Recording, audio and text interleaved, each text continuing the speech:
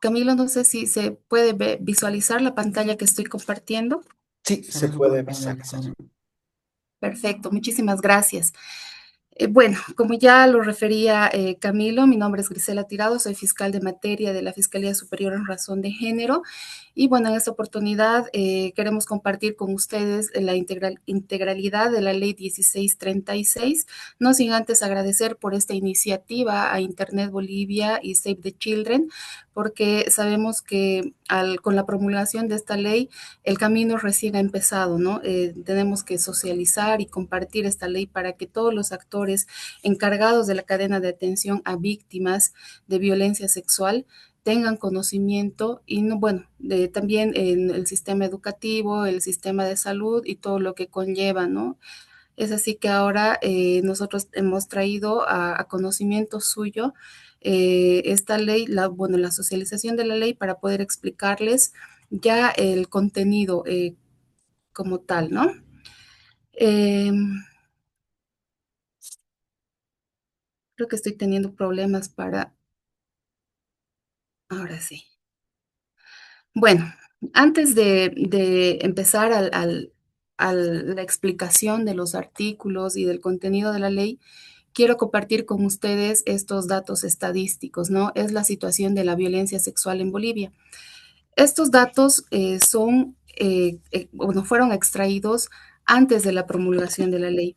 Aquí podemos ver los tipos penales que involucran a violencia sexual y también vemos tipos penales específicos en los que son víctimas niñas, niños y adolescentes. Las estadísticas que nos mostrábamos como Ministerio Público y en realidad como Estado, en realidad no muestran o no mostraban una realidad de lo que era la violencia sexual en nuestro Estado, ¿no? Aquí vemos, por ejemplo, tipos penales como abuso sexual, acoso sexual, estupro, violación infante, niño, niña, adolescente, corrupción, niño, niña, adolescente, pornografía, violencia sexual comercial, pero ninguno de estos datos nosotros podíamos mostrar y reflejar este otro tipo de violencia que se comete en la actualidad, ¿no? La violencia sexual en entornos digitales.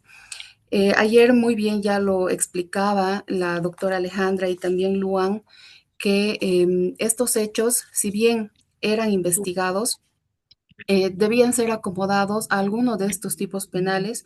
Por lo general, los tipificaban como, bueno, los tipificábamos como corrupción niño, niña, adolescente, la mal llamada pornografía infantil y en muchos casos, incluso por el tema de la captación, estos tipos penales eran tipificados como trata de personas. Sin embargo, esta práctica no, no nos daba resultados óptimos, ¿no? No eran sostenibles las investigaciones por estos tipos penales y lo que muchas veces derivaba en una impunidad. Entonces, esta también fue una de las motivaciones que nos inspiró para poder presentar la propuesta y, bueno, afortunadamente hoy, Ley 1636.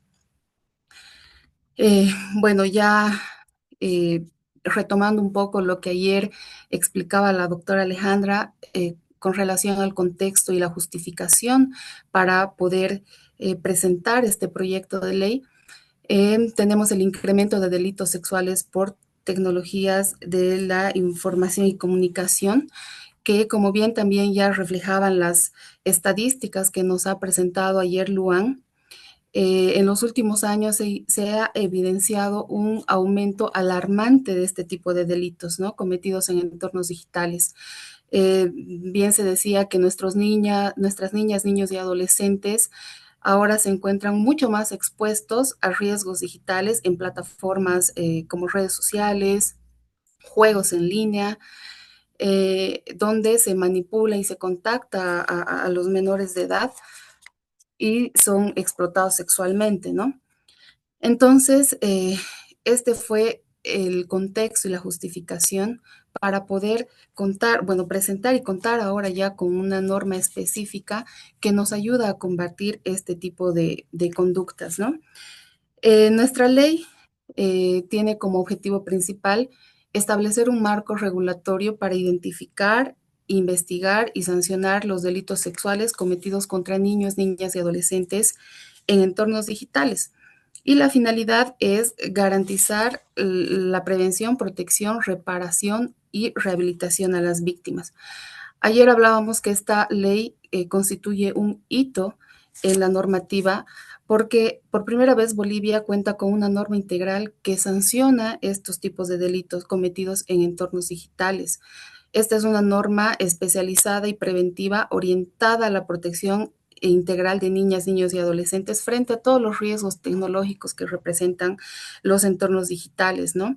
Y bueno, esta ley también está inspirada en instrumentos internacionales como la Convención sobre los Derechos del Niño, el protocolo facultativo relativo a la venta de niños, la Convención de Budapest, y también se enmarca en lo que dice nuestra Constitución Política del Estado, referente a al artículo 58 que reconoce a las niñas, niños y adolescentes como titulares de derechos, ¿no? Y el artículo 59 que establece el derecho al desarrollo integral de la niñez y adolescencia. Es muy importante que para que nosotros tengamos y podamos comprender los nuevos tipos penales que ha introducido esta norma, también conozcamos la terminología clave que maneja, ¿no? Que se maneja con esta ley. Y para ello, el artículo 4 de nuestra norma ha establecido las definiciones específicas para efectos de interpretación y aplicación de la ley. Tenemos 13 definiciones que introduce el artículo 4. Sin embargo, voy a detenerme y hacer énfasis en lo que se refiere a la violencia sexual en entornos digitales. La violencia sexual tradicional, vamos a llamarla así, como la conocemos, ocurre en espacios físicos donde el agresor y la víctima se encuentran cara a cara y requiere una proximidad y contacto directo entre la víctima y el agresor, ¿no? Tenemos el tipo penal de violación, abuso sexual. Sin embargo, la violencia sexual en entornos digitales no necesariamente requiere un contacto físico, ¿no? Y esta se ejerce a través de medios tecnológicos.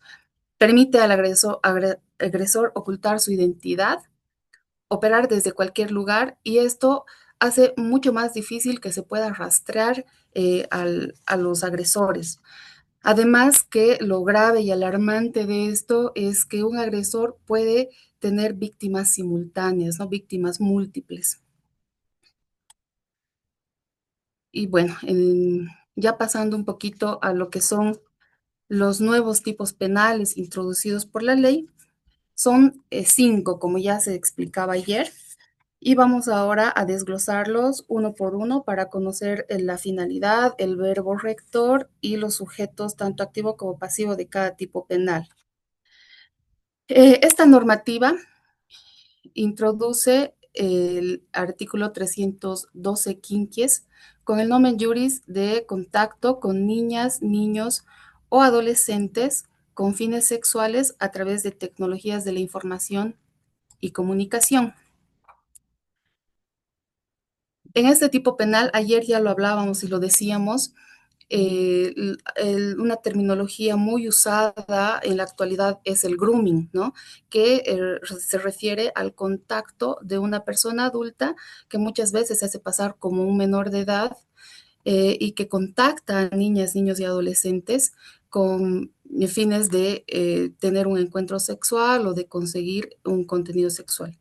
Entonces, esta, esta, este delito castiga el grooming, ¿no? Este tipo penal tiene como finalidad el encuentro sexual y conseguir contenido sexual de niñas, niños y adolescentes. El verbo rector principal de este tipo penal es el contacto, ¿no?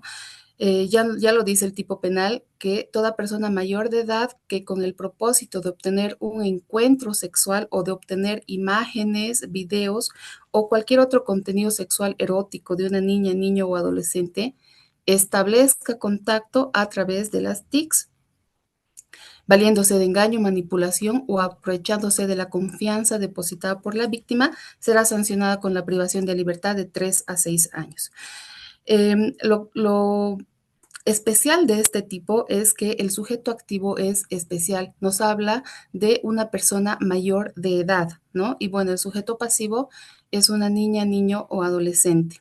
Este tipo penal también tiene agravantes cuando la víctima tenga algún grado de discapacidad, o sea, de una población indígena originaria campesina, o sea cometido por un líder religioso, un guía espiritual o autoridad de una organización religiosa o de una expresión de fe, culto o creencia, cualquiera sea su denominación. También esta agravante incluye si el autor o autora es parte del sistema educativo o cuando se traten de víctimas, niñas, niños y adolescentes múltiples. Estamos hablando aquí de multiplicidad de víctimas. Entonces, esta conducta que comúnmente se conoce ahora como grooming está ya sancionada con este nuevo tipo penal, ¿no? Se ha introducido esta nueva tipología para sancionar este tipo de conductas. Otro delito que también ha sido incorporado por la ley 1636 es el artículo 312 sexis, que tiene como denominación abuso sexual de niñas, niños o adolescentes por medios digitales.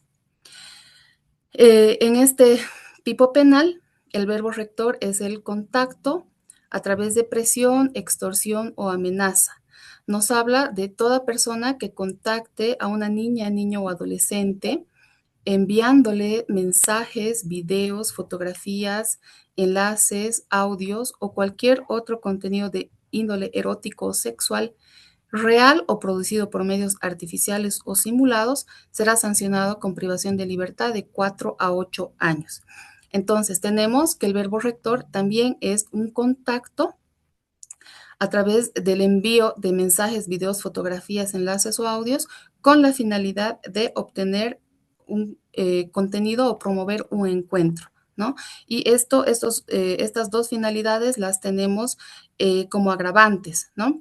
Porque la agravante, como vemos en la pantalla, nos refiere que si el autor o autora contacte, presione o extorsione a niños con la finalidad de obtener imágenes, videos, fotografías o transmisiones en vivo, la pena se agrava en 1/3. Otra de las agravantes es cuando la autora o autor tenga la finalidad de promover un encuentro. Entonces, estamos hablando de una primera etapa con el 312 quinquies que nos habla sobre el contacto, ¿no? Como bien veíamos, en esta primera etapa el autor simplemente está contactando a la niña, niño o adolescente con la finalidad de obtener contenido sexual o de un encuentro sexual. En esta segunda etapa ya vamos en la ruta de la violencia a la segunda fase, ¿no? Que sería que Había generalmente sido puro niño la chiquito, no autora o sé si mi autor, colega no entendió o por hacer nomás ha hecho, ya no le dije nada, que responda ella. bueno, la autora o autor envía mensajes, audios, fotografías, enlaces o audios a una niña, niño o adolescente. Y es de lo que hablamos comúnmente como sextorsión, ¿no? Generalmente el contacto inicia cuando una persona, y en muchos casos reales lo hemos visto, es que una persona contacta a un menor de edad y con la finalidad de obtener contenido sexual, es el primero, bueno, da el primer paso, lo llamamos así, ¿no? Generalmente hemos visto casos donde una persona empieza a mandar fotos a niñas, niños y adolescentes a modo de ganarse la confianza y bueno, como ya establece este vínculo con la víctima, le pide a cambio que también le envíe contenido. Y bueno, ya el tercer paso lo tenemos en el numeral 2 del parágrafo segundo de este tipo penal, que nos habla de cuando la autora o autor pasa ya a la etapa de promover un encuentro con la víctima, ¿no? Entonces, estas conductas se constituyen en un agravante del tipo penal. El tercer delito que ha introducido la norma es el artículo 318 bis, denominado exposición a contenido sexual a niñas, niños o adolescentes.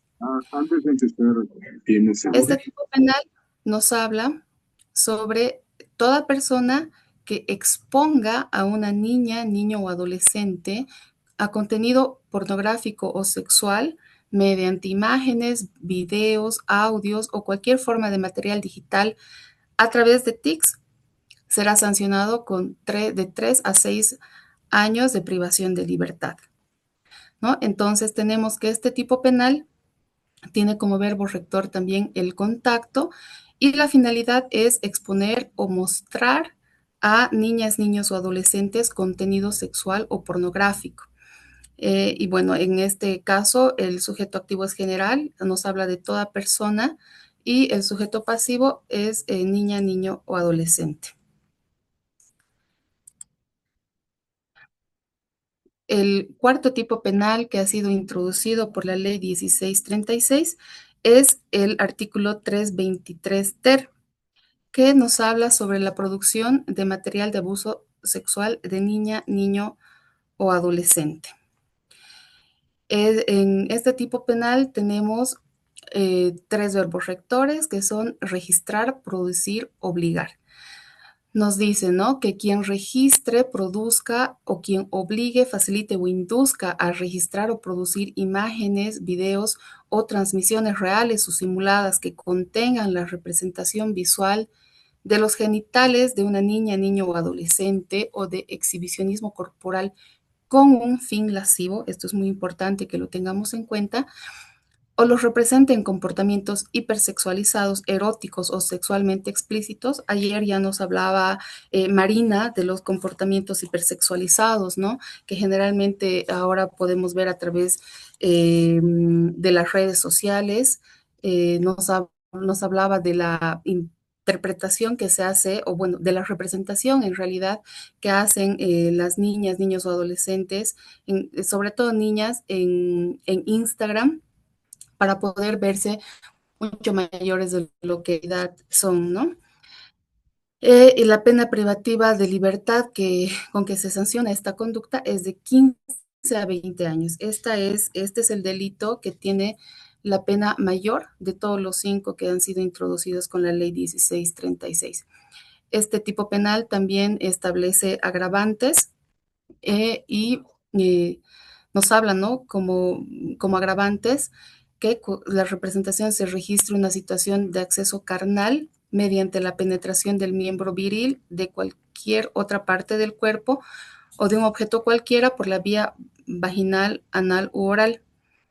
Otra agravante es cuando la autora o autor tenga un vínculo sanguíneo con la víctima, ¿no? También nos habla que cuando se haya ofrecido un pago o beneficio a una niño o adolescente, también constituye un agravante.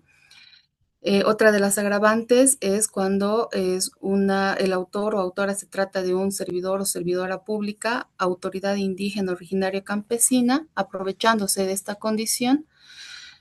También otra agravante es cuando la autora o autor ejerza una función en el ámbito diplomático o consular, cuando el presunto autor o autora sea personal de salud o ramas afines, cuando la víctima tenga algún grado de discapacidad, cuando el hecho sea cometido por una líder religiosa o líder religioso, guía espiritual, o cuando sea parte del sistema educativo plurinacional, ¿no? Y al igual que el anterior tipo penal, otra de las agravantes se constituye cuando se traten de víctimas niñas, niños o adolescentes múltiples. Y bueno, el último tipo penal que ha sido introducido por la ley 1636 es el artículo 323 quater, que nos habla sobre la posesión o comercialización de material de abuso y explotación sexual de niña, niño o adolescente. En este caso, la finalidad de este tipo penal es la de obtener beneficios económicos o una satisfacción propia o de terceros, ¿no? El parágrafo primero nos habla que de quien distribuya, arriende, intercambie, venda o comercialice contenido digital en cualquier forma de transmisión de datos y que este contenido contenga la representación visual de los genitales de una niña, niño o adolescente, ya sean reales o simulados por medio artificial, ¿no? Es muy importante también hacer un paréntesis en esta parte porque ayer ya hablábamos sobre el contenido simulado. Muchas veces nos encontramos con imágenes o videos que son producidos con inteligencia artificial. Entonces, esta conducta ya está regulada ahora por la norma eh, porque también es sancionada, ¿no? Cuando se trata de contenido simulado por medio artificial. Este tipo penal está sancionado con una pena privativa de libertad de 10 a 15 años. Y bueno, también, como ya les decía, la finalidad de este tipo penal es la obtención de beneficios económicos y también la satisfacción propia de terceros. Y de esto nos habla el parágrafo segundo, ¿no? Que nos habla de la persona que compre, almacene o se suscriba a contenido digital en cualquier forma de transmisión de datos que contenga la representación visual de genitales de niña, niño o adolescente, eh, con la finalidad de satisfacción propia o de terceros, será sancionado con una pena privativa de libertad de 5 a 10 años. Aquí hay una atenuante, ¿no? Y la agravante en este caso sería cuando este tipo penal sea cometido por una organización criminal, por personas reincidentes o cuando el autor hubiera cometido el hecho en más de una oportunidad. Eh, es importante también decir, hemos estado recibiendo muchas consultas y también hemos visto que se ha estado generando contenido a través de redes cuando decían, ¿no? La gente y muchas personas que han estado hablando a través de redes, a través de videos, y decían, el hecho de ahora de tener contenido pornográfico en mi celular es penado. Entonces, tenemos que tener muy en cuenta cuál es la finalidad, ¿no? Él hablaba, justamente ayer veíamos un video que fue subido a TikTok y decían, si yo tengo un grupo de mi colegio, tengo un grupo de mi facultad, tengo un grupo de amigos y a alguien se le ocurra enviar un video pornográfico, yo ya estoy cometiendo un delito. Entonces nosotros tenemos que analizar la conducta y la intención sobre todo, ¿no? La intención de este tipo penal es la obtención de beneficios económicos o la satisfacción propia o de terceros. Además, no cualquier contenido pornográfico es delito. Aquí estamos hablando explícitamente de la representación visual de genitales de menores de edad. El sujeto pasivo siempre es una niña, niño o adolescente, ¿no? Entonces, es muy importante que nosotros también nos apropiemos de estos tipos penales para poder también tal vez contrarrestar los ataques que se puedan estar sufriendo a través de comentarios malintencionados o de que también podamos socializar y dar a conocer, ¿no? Estos tipos penales.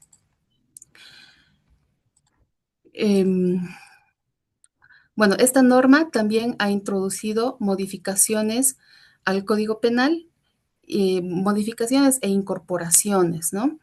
Una de las modificaciones que se hizo fue al artículo 323 bis del Código Penal, que es el tipo penal de pornografía. El artículo 323 bis, en su parágrafo segundo, numeral 1, nos hablaba como una agravante el, cuando la víctima sea niña, niño o adolescente o persona con discapacidad, ¿no? Entonces, esta ley ha suprimido el numeral 1 del parágrafo segundo porque esta conducta ya está tipificada en los tipos penales que acabamos de revisar. Asimismo, se ha suprimido también el parágrafo tercero que nos refería a quien compre, arrienda o venda material pornográfico donde se exhiban imágenes de niñas, niños y adolescentes también ha sido suprimido este parágrafo, porque bien lo explicábamos ya ayer, eh, no podemos hablar de pornografía infantil, ¿no? Porque eh, la, el consentimiento de una niña, niño o adolescente para que se exhiban fotos, videos o representaciones sexuales de sus cuerpos siempre está viciado, ¿no? Entonces no puede haber un consentimiento.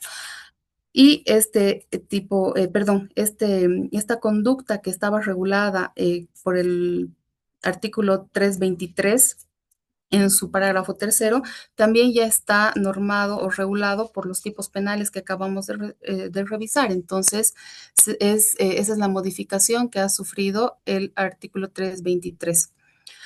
Otra de las modificaciones que ha sufrido el código, en este caso el Código de Procedimiento Penal, es el artículo 389 bis, referido a medidas de protección especial. En realidad se ha incorporado el inciso B, que nos habla sobre las medidas de protección especial a niñas, niños y adolescentes víctimas de violencia en entornos digitales. Son 6 las medidas de protección especial que se han incorporado con la normativa. Entre las más importantes tenemos la prohibición de difusión de imágenes, la eliminación del material digital, alejamiento virtual del agresor, prohibición de contacto, orden a plataformas de retirar el contenido. Y bueno, estas medidas son inmediatas, ¿no?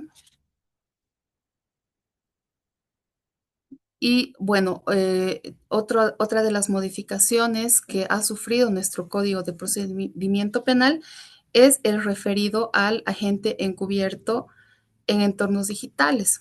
Es el artículo 282 bis del Código de Procedimiento Penal. Si bien hasta antes de la promulgación de la ley teníamos habilitada esta técnica especial de investigación como lo es el agente encubierto, este no estaba regulado para entornos digitales. El artículo 282 del Código de Procedimiento Penal habilita esta técnica especial de investigación para delitos de trata y tráfico de personas y para delitos vinculados a narcotráfico, ¿no?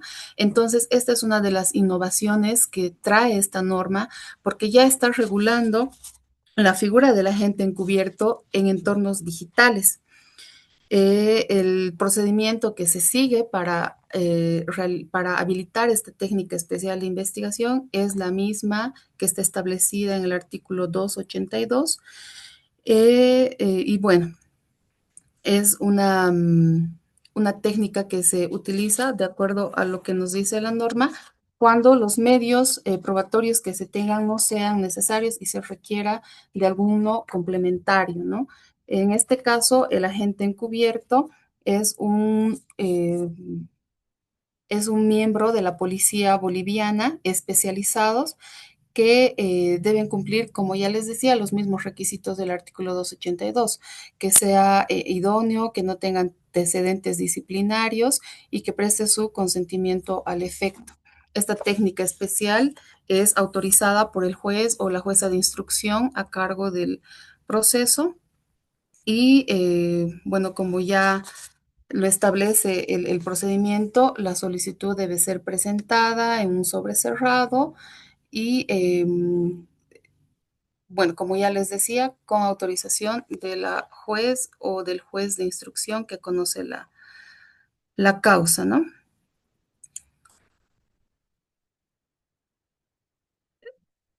Bueno, otra de las modificaciones que también ha introducido la ley 1636 es la de modificaciones a la ley 548, que es el Código Niño, Niña, Adolescente, y básicamente se ha modificado el artículo 168, 169 y 170, básicamente con relación a la competencia de los jueces, ¿no? Estos artículos nos hablan sobre la imposición de medidas de protección que eran atribución específica de los jueces públicos en materia de niñez y adolescencia. Con esta ley, con la ley 1636, perdón, esta atribución se ha ampliado para los jueces en materia penal.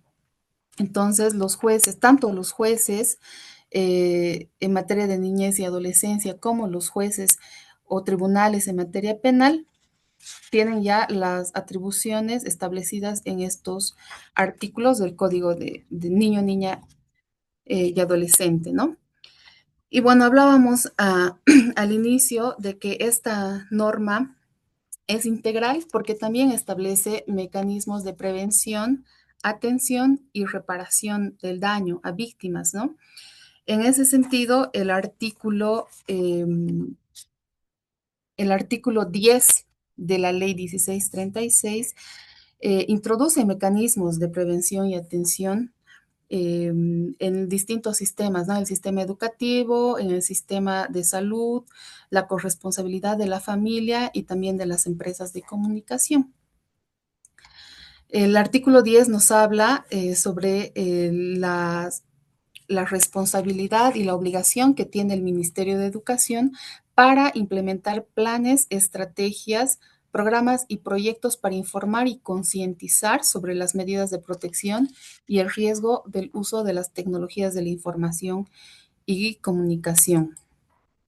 Bien, ya lo decía también ayer en el preámbulo que nos dio la doctora Alejandra sobre la ley, que el artículo 11 de esta norma también establece una obligación y una atribución específica para el Ministerio de Salud y Deportes con relación a la implementación de planes, estrategias y proyectos en salud mental para niñas, niños y adolescentes, ¿no? Garantizando su ejecución para el acceso a servicios especializados de manera gratuita.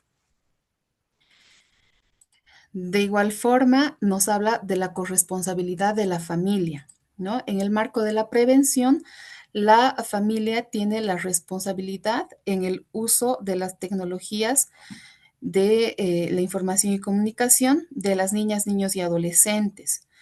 Eh, este uso, nos dice en el artículo que este uso debe ser de manera segura y responsable. Asimismo, se debe incentivar la formación y acompañamiento en el uso seguro de las TICs, ¿no? Con la finalidad de proteger a las niñas, niños y adolescentes en actos como la violencia, el acoso, la discriminación y difusión de contenido de carácter sexual en entornos digitales. Por último, nos habla también de la responsabilidad de las empresas de comunicación, ¿no? Nos habla que las empresas públicas y privadas que prestan servicios de telecomunicación y tecnologías de la información y comunicación deben proporcionar toda la información y comunicación y la documentación, perdón, que sea solicitada por la autoridad competente. Nos habla también aquí de un plazo, ¿no? Que esta documentación debe ser otorgada en el plazo de 24 horas. Asimismo, estas empresas públicas y privadas que prestan servicios de telecomunicaciones y de tecnologías de la información tienen la obligación de conservar por un periodo de al menos 2 años el almacenamiento de datos y metadatos derivados de comunicaciones. Esto incluye el protocolo de Internet, su origen geográfico, frecuencia, datos de navegación, entre otros, con la finalidad de aportar elementos a la investigación. Y bueno, finalmente, el derecho a la reparación, y esto está establecido en el artículo 16 de la ley 1636, nos habla que toda niña, niño o adolescente víctima de delitos contra su integridad sexual en entornos digitales tienen derecho a una protección reforzada por parte de las autoridades judiciales y administrativas, ¿no? Quienes deben garantizar el respeto a su dignidad y a su integridad tanto física, psicológica y emocional, como a la reparación del daño por parte de los autores. Asimismo, las autoridades judiciales están obligadas a velar por la protección de la integridad física, psicológica, sexual de las víctimas durante todo el proceso hasta su conclusión, para lo cual deben disponer medidas de seguridad y tratamientos psicológicos terapéuticos.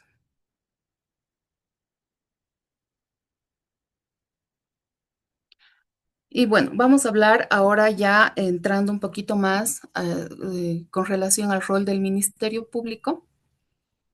Ayer ya hablábamos un poco sobre la unidad que tenemos en la Fiscalía Superior de Razón de Género, que es la unidad de la gestión y tratamiento de reportes de material de abuso sexual infantil, ¿no? Como bien sabemos, una noticia criminal puede llegar tanto al Ministerio Público como a la policía a través de denuncias y a través de instancias promotoras de denuncia, ¿no? Sin embargo, también existen otros mecanismos por los cuales llega a conocimiento del Ministerio Público y de la Policía Boliviana esta noticia criminal.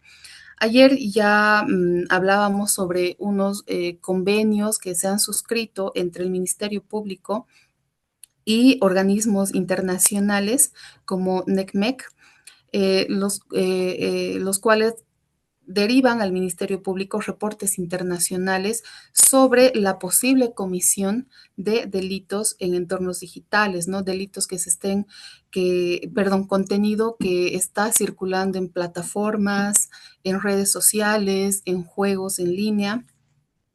Entonces, estos reportes son remitidos también al Ministerio Público como noticia criminal. Y bueno, una de las innovaciones con las que vamos a contar ya, Dios mediante, es también una línea de reporte nacional que va a recoger ya a nivel nacional todos estos reportes, ¿no? Que también van a ser derivados al Ministerio Público para la apertura de un proceso investigativo. Y lo mismo pasa con la policía boliviana, que también recibe reportes internacionales a través de Interpol y de ICSE. En el Ministerio Público actualmente, los fiscales especializados que se encargan de la investigación de estos tipos penales, de esos 5 tipos penales que han sido introducidos por la ley 1636, son los fiscales especializados en trata y tráfico de personas, ¿no? A través de un instructivo, el instructivo 276 de esta gestión, nuestro fiscal general ha dispuesto que los fiscales, por el momento, los fiscales especializados en trata y tráfico de personas sean quienes conocen estos tipos penales. Y por parte de la policía boliviana, lo propio. Es la FELCC, a través de su división de trata y tráfico de personas, el organismo encargado de la investigación de este tipo de delitos, ¿no? ¿Y por qué la FELCC, no? Porque muchos dirán, hablamos de violencia sexual, ¿por qué no lo conocen los fiscales especializados en razón de género? Y bueno, se ha tomado esta determinación porque los fiscales especializados en trata y tráfico de personas tienen especialización en delitos de captación y explotación sexual, porque no nos olvidemos que el delito de trata de personas también contempla dentro de sus verbos rectores la captación, ¿no? La captación, y uno de los fines es la explotación sexual. Entonces, es un enfoque transversal que se le ha dado a la investigación en este tipo de delitos de la ley 1636, y al tener fiscales especializados en el Ministerio Público en estos delitos de captación y explotación sexual, se ha visto por pertinente que sean estos fiscales los encargados de la investigación de este tipo de delitos, ¿no? Además, hablamos que los entornos digitales son el principal medio de captación de niñas, niños y adolescentes con fines de explotación sexual. Y bueno, ya lo decíamos, ¿no? Una de los fines de la trata también es la explotación sexual, entonces tiene mucha relación con los delitos vinculados a la ley 263. Además, la naturaleza del delito nos dice que detrás de un autor puede existir una organización criminal, ¿no? Y bueno, también una de las características de los delitos de trata y tráfico de personas es ¿no? Las organizaciones criminales que puedan estar detrás del el autor o el primer autor que nosotros identificamos en la investigación, ¿no? Es así que se ha determinado que estos delitos sean conocidos por estos fiscales especializados. Ya hablando un poquito más del rol del Ministerio Público en la investigación de este tipo de delitos, eh, ayer hablábamos, ¿no?, sobre los entornos digitales, las plataformas virtuales, las redes sociales, los juegos en línea. Entonces, nuestros fiscales especializados en trata y tráfico de personas han recibido ya capacitación específica para realizar este tipo de investigación, ¿no? En, en entornos digitales. Es así que los fiscales, cuando tienen conocimiento de este tipo de hechos, emiten los requerimientos urgentes para la preservación de evidencia en redes sociales y bueno, también se realiza la investigación en fuentes abiertas, ¿no?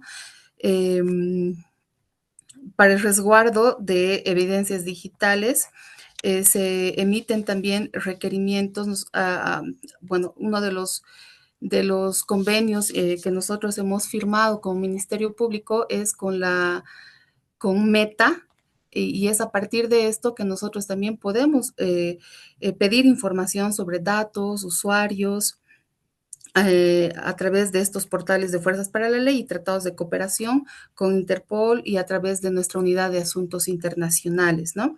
Entonces, la investigación se centra sobre todo en lo que es la evidencia digital. La diferencia que tenemos con como ya les decía, la violencia sexual tradicional, llamada de algún modo, es que para nosotros investigar este tipo de delitos no requerimos realizar eh, cer- eh, los estudios médicos forenses a las víctimas, no necesitamos una valoración psicológica a las víctimas, eh, no es necesario realizar eh, los, eh, la reconstrucción de los hechos, es decir, se protege en todo momento la integridad de la víctima, evitando siempre su revictimización, ¿no? Entonces, como ya les había explicado, los fiscales de trata y tráfico de personas han venido recibiendo capacitaciones especializadas para poder realizar este tipo de investigaciones y es por esto que se ha determinado que sean ellos los que a la fecha están conociendo este tipo de delitos. Y bueno, quiero mostrarles ahora un poco de estadísticas que han sido obtenidas a la fecha desde la promulgación de la ley, ¿no? El 10 de septiembre. Tenemos 26 casos con la nueva ley, con la ley 1636. Eh, la mayoría de ellos en el eje. Hay algunos departamentos en los que aún no se han registrado estos casos, pero son estos, ¿no? Los que vemos en pantalla, los casos que a la fecha venimos investigando a nivel nacional a través de nuestros fiscales especializados.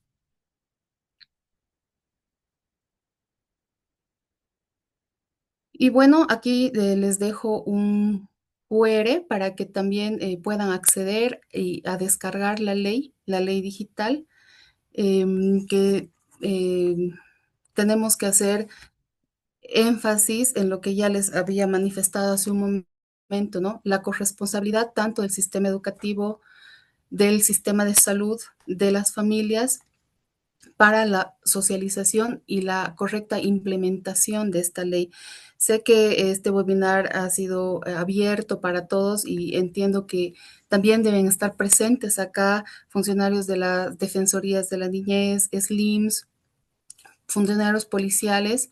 Y bueno, es muy importante que nosotros asumamos conciencia también de que esta ley debe ser socializada y desde nuestro ámbito de competencia debemos empezar, ¿no?, a generar espacios para que nuestras niñas, niños y adolescentes tengan conocimiento sobre los derechos que les asisten, tengan conocimiento sobre los riesgos que implica el mal uso de las tecnologías de la información y la comunicación. Y bueno, eso sería todo de mi parte. Muchísimas gracias. y les dejo ahí un momentito el link de descarga para que puedan acceder a la ley. Muchas gracias, doctora Grisela Tirado. Creo que ha sido muy buena la presentación. Nos deja un panorama más claro para entender la nueva ley y también las modificaciones que se han hecho a otras leyes para poder entender todo el marco general. Realmente muchas gracias. Imagino que hay muchas dudas. Lastimosamente, obviamente, por el tiempo no vamos a poder resolver cada una de las dudas, pero yo creo que vamos a generar espacios para que podamos hablar todavía de esta ley, los alcances y los beneficios, así también como la hoja de ruta que debemos seguir. Muchas gracias, doctora Grisela. Continuando con nuestro programa, ahora nos toca hablar de qué es lo que sigue. Muchos también de los presentes son miembros de organizaciones de la sociedad civil, los cuales hemos querido socializar y apoyar en la socialización de esta ley, y también porque muchas de las organizaciones trabajamos directamente con niños, niñas y adolescentes, ¿no? En ese sentido, tenemos con nosotros a Jimena Titos Rosquellas, que nos va a hablar. Ella es psicóloga con maestría en salud mental comunitaria, tiene distintos posgrados y diplomados en derechos de la niñez y adolescencia y tiene más de 20 años de experiencia en protección a la niñez, sobre todo en incidencia de trata de personas y gestión de proyectos, ¿no? Actualmente ella está en representación de Save the Children como experta de protección de niñez y gobernanza. Muy buenas noches, Jimena. Entonces, te dejo la palabra. La idea es que Jimena nos va a dar desde la sociedad civil y su experiencia recomendaciones precisamente en la implementación de esta ley, con un enfoque desde la protección y también hablar un poco de los pasos a seguir que vamos a tener desde sociedad civil ahora con este nuevo marco, ¿no? Jimena, muy buenas noches.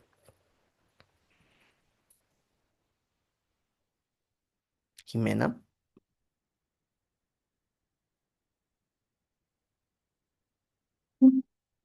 creo que se desconectó. Me dan un minuto, por favor.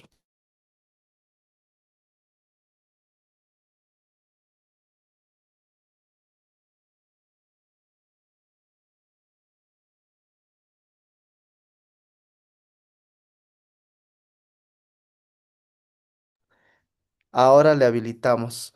Creo que le he muteado para evitar la anterior presentación.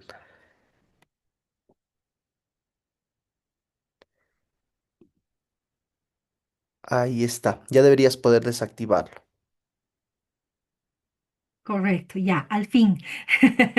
Bueno, muy buenas noches a todas, a todas y todas las personas que se han conectado. Mil disculpas por no encender la cámara. Estamos con un problema técnico en la oficina con un modelo de computadora específico y no voy a poder aperturar mi cámara, pero sí, desde luego voy a poder compartir la presentación que he preparado para esta oportunidad. No sin antes agradecer al Ministerio Público, agradecer a Internet Bolivia también, a ONG Realidades, por la realización de este espacio que me parece realmente súper importante y fructífero, sobre todo para absolutamente todas las personas, ¿no? Que estamos conectadas, que trabajamos en temas de niñez, pero también aquellas que no, para poder conocer también un poco sobre esta nueva ley. Bueno, yo voy a conversar un poquito. Gracias, Milo, por la presentación. Yo no me voy a, a seguir presentando. Lo que voy a hacer es hablar un poco de el enfoque de esta ley de 1636 y el paso que significa esto para la justicia digital para niños, niñas y adolescentes en Bolivia, pero principalmente de la corresponsabilidad que tenemos distintos actores, no solamente estatales, sino también actores de las organizaciones de la sociedad civil, los mismos niños, niñas y adolescentes y otros actores que se encuentran involucrados en ya el que viene más adelante. Yo quiero hablar un poquito del contexto porque creo que es muy importante esto. El día de ayer nos acompañaba Andrés Villalobos del Instituto de Ciencias del Comportamiento de la Universidad Católica Boliviana y pues nos había socializado algunos datos muy interesantes que se han trabajado en el marco de una investigación de forma conjunta con el ICC Save the Children, a quien esta noche represento, y Child Fund, junto a otras organizaciones también, como Internet Bolivia y ONG Realidades. Así es que esta investigación en realidad nos muestra, nos da un panorama en realidad completo a nivel nacional de cuáles son los riesgos y cuáles son los desafíos que conlleva la tecnología para los niños, niñas y adolescentes. Yo he tratado de extractar de esta investigación algunos datos específicos que están mucho más vinculados al tema de la violencia sexual digital o de algún tipo de contacto que hayan podido tener los niños, niñas y adolescentes. Y en este sentido, quiero decirles que el 44,1% de los adolescentes que ha sido partícipe de este estudio nos dice que tuvo contacto con personas desconocidas en línea. Creo que este es un dato bastante, es un porcentaje, mejor dicho, bastante elevado, ¿no? Porque aquí entendemos que la noción de desconocido para los niños, niñas y adolescentes de repente es ya muy distinto a la noción de desconocido que tenemos otras generaciones. De hecho, escuchando a los niños en intervenciones, en talleres, en eventos, etcétera, para ellos no es una persona desconocida, por ejemplo, que le invita en redes sociales y que conoce a otro amigo o amiga. Entonces ya no es una persona desconocida. Entonces definitivamente acá tenemos un dato que nos muestra no solo el porcentaje, sino que nos está mostrando algo detrás de este dato, ¿no? Que está justamente vinculado a esta noción de desconocido que por lo visto está cambiando con el tiempo y con las generaciones. Otra cifra que menciona esta investigación es que el 9,17% muchas veces se ha sentido presionado para hablar de actos sexuales en línea, ¿no? Es un porcentaje también que de repente si lo vemos de esta forma no lo vemos tan elevado, pero si lo comparamos con otros datos regionales que han usado la misma herramienta, pues vemos que sí es un dato alto comparado con otros países de la región. Lo mismo con el 4,42%, ¿no? Que ha sido presionado para realizar ya actos sexuales no deseados. Y bueno, esto es un tema bastante preocupante, sobre todo muy vinculado a la ley misma, ¿no? El 9,17 ha sido también presionado a hablar de actos sexuales en línea, esto, perdón, lo he repetido. El 4,25% se ha visto también, ha enviado fotos o videos íntimos sin consentimiento. Y tenemos también un porcentaje de niños, niñas y adolescentes que han recibido contenido sexual sin consentimiento, ¿no? Es decir, que les ha llegado esta información al celular y pues no había un consentimiento con relación a esto. Los datos son mucho más, son más en realidad, pero creo que estos eran importantes resaltarlos por la afinidad que tienen con la temática que estamos trabajando en estos espacios de webinars. Algo muy importante también y que está también de la mano de lo que mencionaba la doctora que me antecedía, es que esta ley, la 1636, está muy bien enmarcada en la Convención de los Derechos del Niño, en tratados internacionales, etcétera, pero también va a ayudar al Estado a poder cumplir con una recomendación clave del Comité de los Derechos del Niño para el cuarto y quinto informe, ¿no? En este sentido, la recomendación del Comité de los Derechos del Niño de 2023 señala que es muy importante reconocer legalmente la violencia digital. Hoy en día, Bolivia cuenta con una ley de protección reforzada que ha sido aprobada en septiembre y que tipifica obviamente distintos tipos de violencia digital que está vinculada sobre todo a la integridad sexual de los niños, niñas y adolescentes. Em, Esta ley, la 1636, es una excelente respuesta estatal a esta problemática.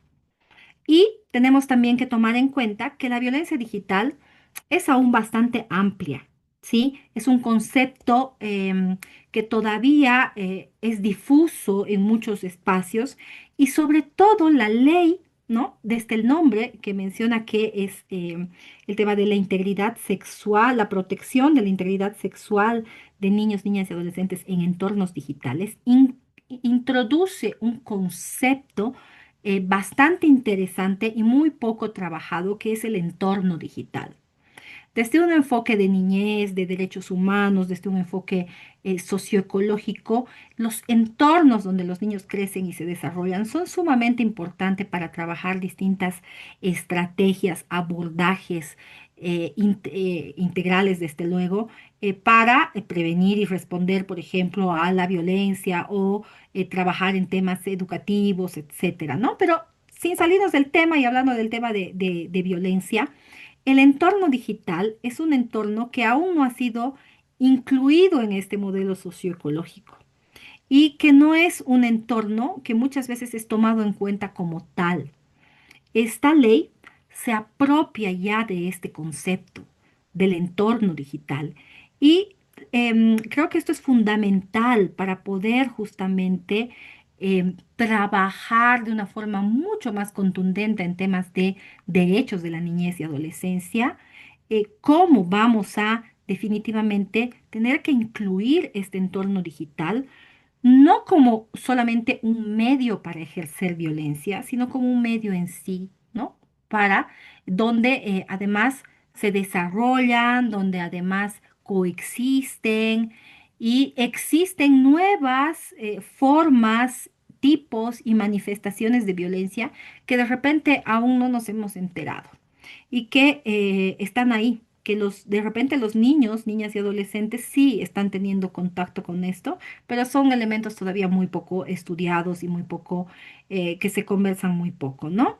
Entonces, creo que es bastante interesante este enfoque de poder ya incluir al entorno digital dentro de la ley y como una conceptualización amplia de un entorno en sí mismo. Bueno, desde un enfoque de derechos, no voy a hacer mucho énfasis en esto porque la doctora pues ha hablado bastante de esto, pero creo que es importante lo que les mencionaba, que está muy bien alineado a estas normativas, como por ejemplo la Convención sobre los Derechos del Niño, especialmente en los artículos 19 y 34, por ejemplo, donde podemos ver que esta ley pues está abordando de forma directa estos temas, ¿sí?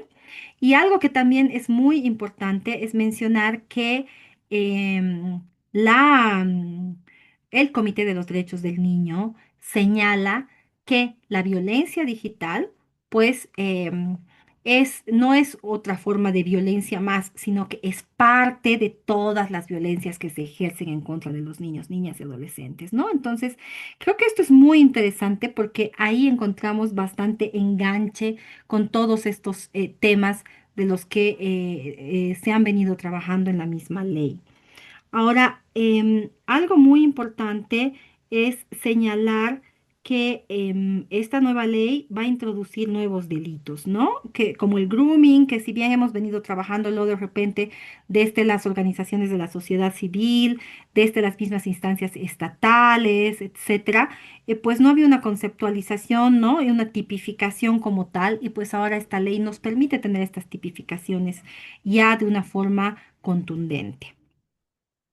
Ahora, em, es muy importante hablar de cuáles son los actores clave y que tienen corresponsabilidad para implementar, para difundir y para lograr además que esta ley no se quede en papel, que es un riesgo también que existe, ¿no? O sea, es muy probable, existen muchas probabilidades, sobre todo en un contexto como el nuestro, que si no existe la difusión necesaria, la apropiación, la asimilación de esta normativa, pues la mayor parte de la población no llegue a conocerla.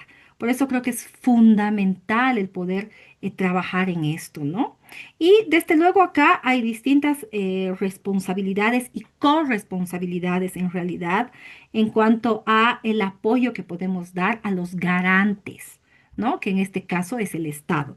Estamos hablando específicamente del Ministerio Público, del Poder Judicial, del Ministerio de Salud, de Educación, de Justicia, etcétera, que están muy vinculados y que tienen justamente este rol de garantes. Sin embargo, existe también un rol clave que está dentro de la corresponsabilidad, es decir, de todas las personas que podemos coadyuvar al trabajo para que esta norma pueda conocerse, pueda difundirse y sobre todo pueda implementarse. Y en este caso, pues podemos hablar de las familias, que son un actor clave de corresponsabilidad bastante importante, donde existen distintas funciones, existen distintas acciones que se pueden realizar desde las familias, pero creemos que una de las más importantes es justamente promover la mediación activa antes que la mediación restrictiva con niños, niñas y adolescentes. Sabemos que es muy importante promover el uso responsable también de las TICs, pero algo muy importante es que las familias promuevan esta mediación, ¿sí? Para, que es parte en realidad de la crianza, hoy en día es parte de la crianza de los hijos y de las hijas, para que de repente ellos puedan recurrir a sus familias, puedan recurrir a personas cercanas en momentos en que se sientan desorientados, en que se sientan intimidados, en que de repente reciban información no adecuada para su edad o que de repente tengan dudas sobre si mandar o no, por ejemplo, una fotografía a algún amigo o alguna amiga. Entonces es muy importante esta mediación activa en las familias. Generalmente prima la mediación restrictiva, ¿no? Donde las familias, donde padres, madres, sobre todo cuidadores, prefieren muchas veces optar por la prohibición. ¿No? Entonces, de repente, si pues te portas mal, hiciste algo que no está bien, pues te quito el celular, te quito el acceso a redes, te quito el internet, etcétera, ¿no? Entonces, o de repente castigar, ¿no? Así con estos temas. Y lo que se plantea eh, hoy en día, justamente como parte de la crianza de los niños, niñas y adolescentes, es trabajar en la mediación activa, donde los padres, madres y cuidadores puedan ser sujetos receptores, donde puedan los niños, niñas y adolescentes tener un diálogo abierto y donde la familia pueda tender un puente entre las preocupaciones de los niños en el entorno digital y los padres, madres y cuidadores para darles protección y cuidado. Entonces, creemos que este es un rol de corresponsabilidad muy importante para además poder acompañar emocionalmente a los niños, niñas y adolescentes y poder educarlos en ciudadanía digital, desarrollar en ellos habilidades digitales, promover no solamente el uso seguro de la tecnología, que también es muy importante, sino también hacer un acompañamiento vinculado, por ejemplo, a habilidades como la empatía digital, la ciudadanía digital, etcétera, que permitan a los adolescentes medir, por ejemplo, el alcance de sus actos en el mundo virtual, que es un tema clave para la adolescencia, o que les permitan de repente recurrir, ¿no? a personas clave al momento de tener alguna situación compleja.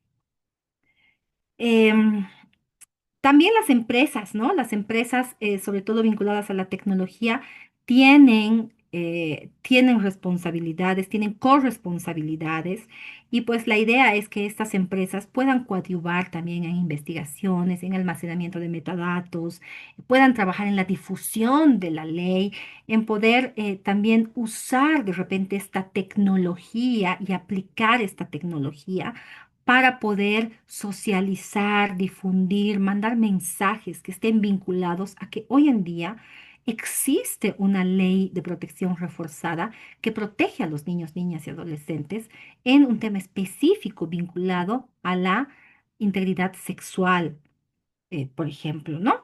Y pues aquí también quisiera hacer mucho más énfasis en cuáles son los alcances y en qué puede colaborar la sociedad civil, las organizaciones de la sociedad civil en esta temática en específica.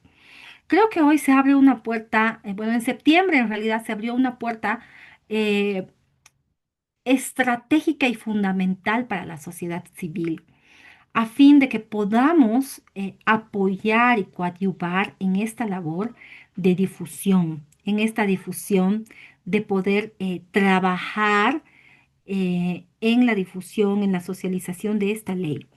Es muy importante, por ejemplo, también trabajar en temas de exigibilidad, de incidencia política, por ejemplo, al seguimiento a la reglamentación de la ley, que tiene un plazo de 180 días, o poder, por ejemplo, coadyuvar o poder trabajar en el acompañamiento psicosocial, de atención a víctimas, a sus familias, porque existen organizaciones de la sociedad civil que trabajan y que realizan este trabajo, pero que de repente el tema digital, virtual, ha quedado como que, pues, ahí todavía, ¿no? En la nebulosa, porque es un tema nuevo, etcétera. Entonces es muy importante también vincularlo y trabajar en este acompañamiento psicosocial para aquellas organizaciones que trabajan, que tienen este servicio, por ejemplo. Algo también en lo que podemos trabajar absolutamente todos al margen de la incidencia política y al margen de la exigibilidad, pues está vinculado también a la educación y a la sensibilización mediante campañas, talleres, materiales educativos, bípticos, trípticos, guías, material amigable, porque no nos olvidemos que esta ley no tiene que ser solamente difundida con personas adultas, sino más bien tiene que llegar a una mayor cantidad de niños, niñas y adolescentes. Entonces, creemos que esto es fundamental, por ejemplo, hacer este trabajo de sensibilización, hacer un trabajo con campañas, con talleres, con charlas, con webinars, que nos permitan llegar a la población y que la población pueda conocer que esta ley existe en nuestro país. Algo también muy importante es poder trabajar en el monitoreo, ¿sí? En el monitoreo, en la veeduría, para ver el tema de la evaluación y la implementación de esta ley.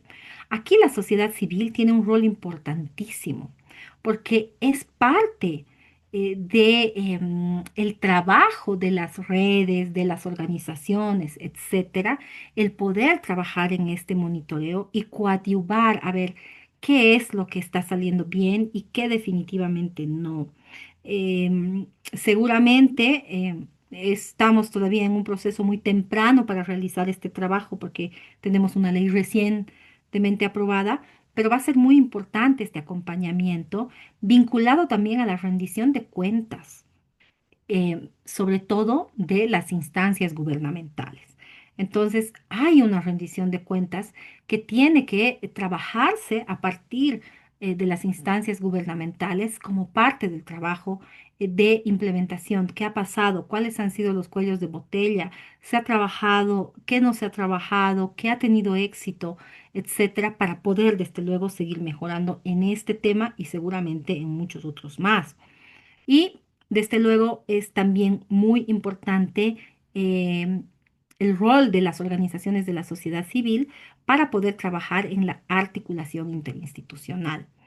Eh, Ver, por ejemplo, de trabajar en red, en alianza con las defensorías de la niñez, con la Defensoría del Pueblo, con la Fiscalía, con las escuelas, con las distintas plataformas, para poder incidir, para poder vincular este tema de una forma muy contextualizada y muy real, y que esto pueda ser realmente implementado en terreno. Un tema también importante y clave es, y que sigue vinculado a este tema, ay, perdón, me pasé de diapositiva, está vinculado también a este rol de las organizaciones de la sociedad civil y que está también vinculado al tema de la niñez y adolescencia. ¿Qué espacios vamos a generar para los niños, niñas y adolescentes? ¿Qué espacios vamos a generar para que los niños, niñas y adolescentes tengan un rol protagónico en la difusión de esta normativa, en la socialización de esta ley, que sean ellos mismos los que puedan hablar con sus pares, puedan hablar en el colegio, y incluso con sus padres, con sus madres, cuidadores, con sus maestros, sobre esto que se ha convertido ya no en un tema como un plus, sino más bien es una necesidad.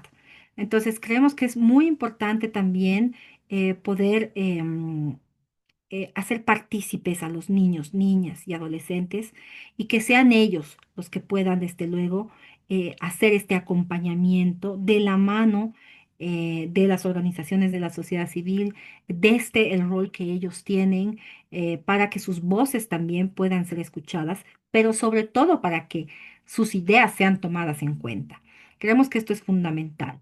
Otro elemento muy importante es incentivar y motivar la formación. La formación tanto en las organizaciones de la sociedad civil para convertirse en expertos, en expertas en la temática, así también como ayudar en la formación de expertos y expertas dentro de las instancias gubernamentales y de las distintas instancias gubernamentales que coadyuvan con este trabajo. Entonces va a ser muy importante trabajar en capacitación, en vincular sobre todo de una forma muy estrecha este tema de los delitos digitales con los derechos de la niñez y adolescencia. Otro tema muy importante es seguir fortaleciendo las redes, ¿no? Las redes de niños, bueno, eso ya lo había mencionado, y desde luego también desarrollar herramientas. Algo muy importante y algo en lo que sí se puede trabajar muchísimo es poder coadyuvar en el trabajo de desarrollar herramientas digitales que sean seguras para los niños, niñas y adolescentes y que de repente nos sirvan para poder aperturar canales de denuncia, que sean plataformas educativas, que contengan materiales claros, concretos, que nos permitan aterrizar en conceptos que muchas veces pueden ser muy bien asimilados en entornos de personas conocedoras de la temática o de personas que tienen algún tipo específico de formación. Sin embargo, no es lo mismo para todas las personas. Así que es muy importante generar este tipo de apps, de plataformas educativas, de canales de denuncia, etcétera, que se puedan trabajar en lenguajes amigables, pero también en idiomas, por ejemplo, de señas, originarios, etcétera, que permitan a la población poder conocer em, sobre la problemática y sobre la ley, ¿no? Porque no olvidemos que el contexto es muy importante, el que las personas puedan aterrizar primero el concepto para entender la problemática y después explicar de que hay una ley, pues es fundamental, ¿no? Entonces, eso es muy importante. Y el otro tema que me ha parecido muy importante compartir es poder hablar sobre la generación de evidencia. Yo les había presentado algunos datos, por ejemplo, de una investigación a nivel nacional que tiene además una vinculación global, en realidad, porque es una herramienta global para poder generar esta evidencia. Y esto es fundamental, el poder seguir generando investigación, seguir generando evidencia que nos permita además visibilizar y profundizar este tipo de problemáticas. Seguramente hoy ya tenemos como algo mucho más sólido gracias a esta ley, que además está tipificando, sabemos ya que está tipificando, pero podríamos investigar aún más en profundidad, por ejemplo, estas tipificaciones, o de repente existen también otras formas y otros tipos y manifestaciones de violencia que se dan en el entorno digital y que de repente pues va a ser necesario también trabajarlas o incluirlas más adelante. Entonces, la investigación es fundamental, no solo para generar evidencia y elevar los problemas a la política pública, sino también para realizar estas reflexiones y estos análisis que nos permitan em, estar siempre un paso adelante o por lo menos ir paralelamente, porque sabemos que el entorno digital es un entorno que avanza a pasos agigantados y que de repente hay cosas y una brecha digital en la que de repente aún no comprendemos cierto tipo em, de dinámicas que se están dando en este entorno. Y eh, yo quiero en realidad cerrar mencionando de que esta ley no es solo una norma jurídica, ¿no? No es solamente una ley, sino que es una herramienta fundamental de justicia digital, de protección reforzada, que trabaja específicamente y protege específicamente a los niños, niñas y adolescentes. Entonces, definitivamente es algo que después de muchísimos años, ¿no? Muchísimos años en Bolivia, tenemos esta oportunidad de apostar por una herramienta que realmente beneficie a los niños, niñas y adolescentes. Algo muy importante que he hablado en realidad dentro de la presentación y dentro de este tiempo, que espero todavía estar dentro de los parámetros, pues es el tema de que la implementación efectiva de la ley no depende solamente de las instancias gubernamentales, ni de los garantes solamente de derechos, depende de esta corresponsabilidad de los actores, depende de esta corresponsabilidad comunitaria, de las organizaciones de la sociedad civil, de los mismos niños, niñas y adolescentes que queremos, desde luego, o que trabajamos de repente en este tipo de temáticas.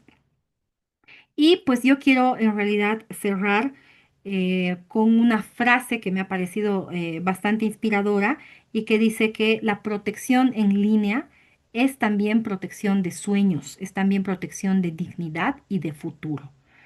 Por lo tanto, creo que es fundamental realmente este tipo de socializaciones, de eventos, etcétera, para promover para promover en realidad la ley, ¿no? Em, Eso es todo de mi parte. Quiero agradecerles muchísimo y pues devuelvo la palabra a Camilo para que pueda hacer el cierre. Muchísimas gracias.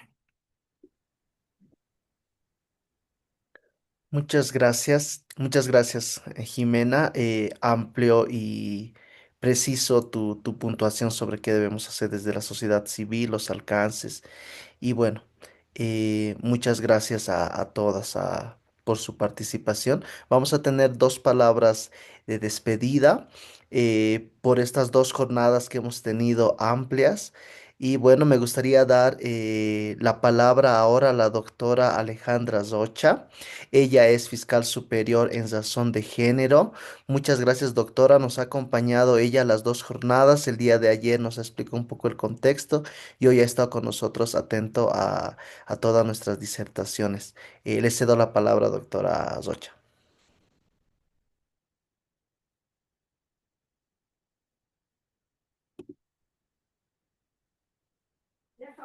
Muchísimas gracias, estimado Camilo. Bueno, muy buenas noches a todos y todas.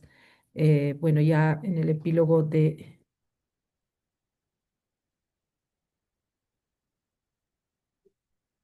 Sí, le escuchamos. Sí, perdón, creí que me había salido. Bueno, como decía, en el epílogo de este importante evento de capacitación que hemos realizado estos 2 días, 2 jornadas realmente muy fructíferas. Como Ministerio Público estamos muy contentos porque la presencia de cada uno de los participantes demuestra el compromiso, ¿no? Con este tema que es tan importante, que lo vayamos reflexionando desde ahora, como bien decía Jimena, ¿no? Entonces, yo quiero reiterar los agradecimientos a las dos instituciones que nos han cooperado para que podamos llevar adelante este webinar. Tanto Save the Children como Internet Bolivia, que son actores muy importantes en lo que es también la lucha, ¿no? contra este tipo de flagelo como es la violencia en contra de niños, niñas y adolescentes, ¿no? Como Ministerio Público y en nombre, obviamente, de nuestro fiscal general, queremos reafirmar este compromiso con nuestra niñez y anunciarles, ¿no? que vamos a seguir con este tipo de actividades para seguir socializando esta norma, este fenómeno también, porque de esa manera va a permitir que todos, absolutamente todos, especialmente las familias, podamos ser corresponsables del buen manejo y uso que puedan hacer nuestros hijos, sobrinos, vecinos, de todo lo que es las redes sociales, ¿no? Entonces, realmente muy contentos y esperando de que para próximas convocatorias también demostremos este mismo interés y compromiso y nosotros como instituciones trabajar de la mano también de cada uno de ustedes. Muchísimas gracias, que Dios los bendiga y hasta una nueva oportunidad. Buenas noches. Muchas gracias, doctora Alejandra, por sus palabras y por haber podido coordinar estas dos jornadas. Y ya para concluir, tenemos a Cristian León, director de Fundación Internet Bolivia, que nos da unas palabras igual de estas dos jornadas. Y nada, tienes la palabra, Cristian. Muchas gracias, estimado Camilo, y muchas gracias igual a la doctora Rocha por sus palabras. Nos sumamos a este esfuerzo que se está haciendo para poder, como bien mencionó Jimena, poder desde nuestro rol de sociedad civil, poder justamente socializar y hacer que este instrumento tan importante pueda ser implementado y pueda también llegar a conocimiento de los diferentes sectores, ¿no? Para cerrar, quiero hacer una pequeña recapitulación, empezando por dos cuestiones que dijeron el día de ayer, que me parece que son muy importantes. La primera hacía referencia de que Internet, como este espacio digital que estamos insertos, nunca ha sido pensada como un entorno para niños, niñas y adolescentes, ¿no? Es decir, realmente se pensó siempre desde la perspectiva adulta. Es por ello que no se cuentan con las herramientas y recién se están generando quizás los instrumentos que necesitamos para poder generar que este entorno digital sea seguro para los niños, niñas, adolescentes, ¿no? Y en ese sentido también se mencionó que esta era que estamos viviendo de de alta celeridad del uso de las herramientas digitales está generando necesariamente una exposición a los niños, niñas, adolescentes que antes quizás no se tenían, ¿no? Ahí retomo muchas cosas que dijo Jimena. Mencionó cifras que son realmente preocupantes, como 44% de los adolescentes tienen contacto con desconocidos en línea, 9% de los niños, niñas, adolescentes están siendo presionados, presionadas para hablar sobre actos sexuales. Estas son cifras que realmente preocupan, ¿no? En ese sentido, la ley 1636 tiene un enfoque bastante propositivo, ¿no? No solamente el enfoque de crear nuevos tipos penales, sino propositivo en el sentido de empezar a reconocer los derechos de los niños, niñas y adolescentes en entornos digitales. También Jimena mencionó, y algo muy importante, es la corresponsabilidad de los garantes de derechos, no solamente las entidades del Estado, pero también aquí entramos quienes deberíamos coadyuvar al Estado a partir de diferentes roles, entran los educadores, educadoras, la sociedad civil, ¿no? Nuestro rol de acompañar, de tener exigibilidad, socializar este tipo de instrumentos, ¿no? Pero algo muy importante también fue que Jimena nos recordó que aquí el rol protagónico lo tienen que tener los niños, niñas y adolescentes, ¿no? En el sentido de que no solamente somos nosotros, los adultos, quienes tenemos que estar preocupados por esta ley, sino que esta ley tiene que servir para empoderar a este sector que está tan vulnerado y que justamente está expuesto en los entornos digitales, ¿no? Luego, la doctora Tirado nos ha dado toda la exposición del alcance de este instrumento, ¿no?